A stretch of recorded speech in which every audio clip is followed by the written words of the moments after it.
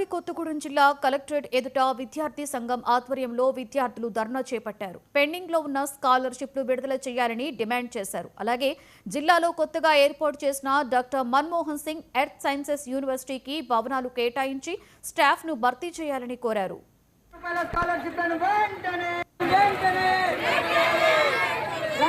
జిల్లా కలెక్టర్ బయటికి వెంటనే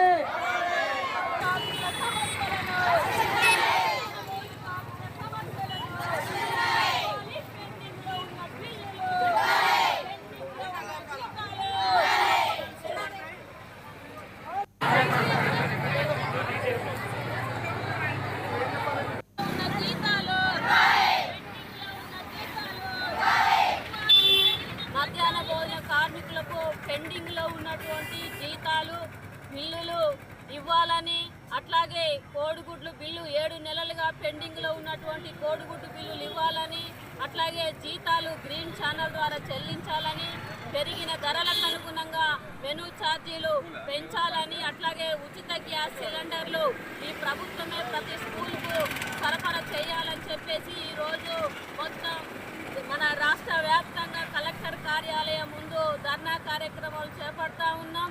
ఈ ప్రభుత్వం మధ్యాహ్న భోజన కార్మికులు నిరుపేదలైనటువంటి కార్మికులను అప్పుల పాలు చేస్తుంది. ఈ ప్రభుత్వమే ఇప్పటికే మధ్యాహ్న భోజన కార్మికులు పెట్టినటువంటి బిల్లులు జీతాలు ఇవ్వమంటే ఇంకుబేర్ అంటుంది, అట్లాగే ఎస్టీఓ అంటుంది. రకరకాల పేరుతోటి బిల్లులు తక్షణమే చెల్లించకపోవడంతో ఈరోజు మధ్యాహ్న భోజన కార్మికులు అనేక అప్పుల పాలు అవుతున్నారు.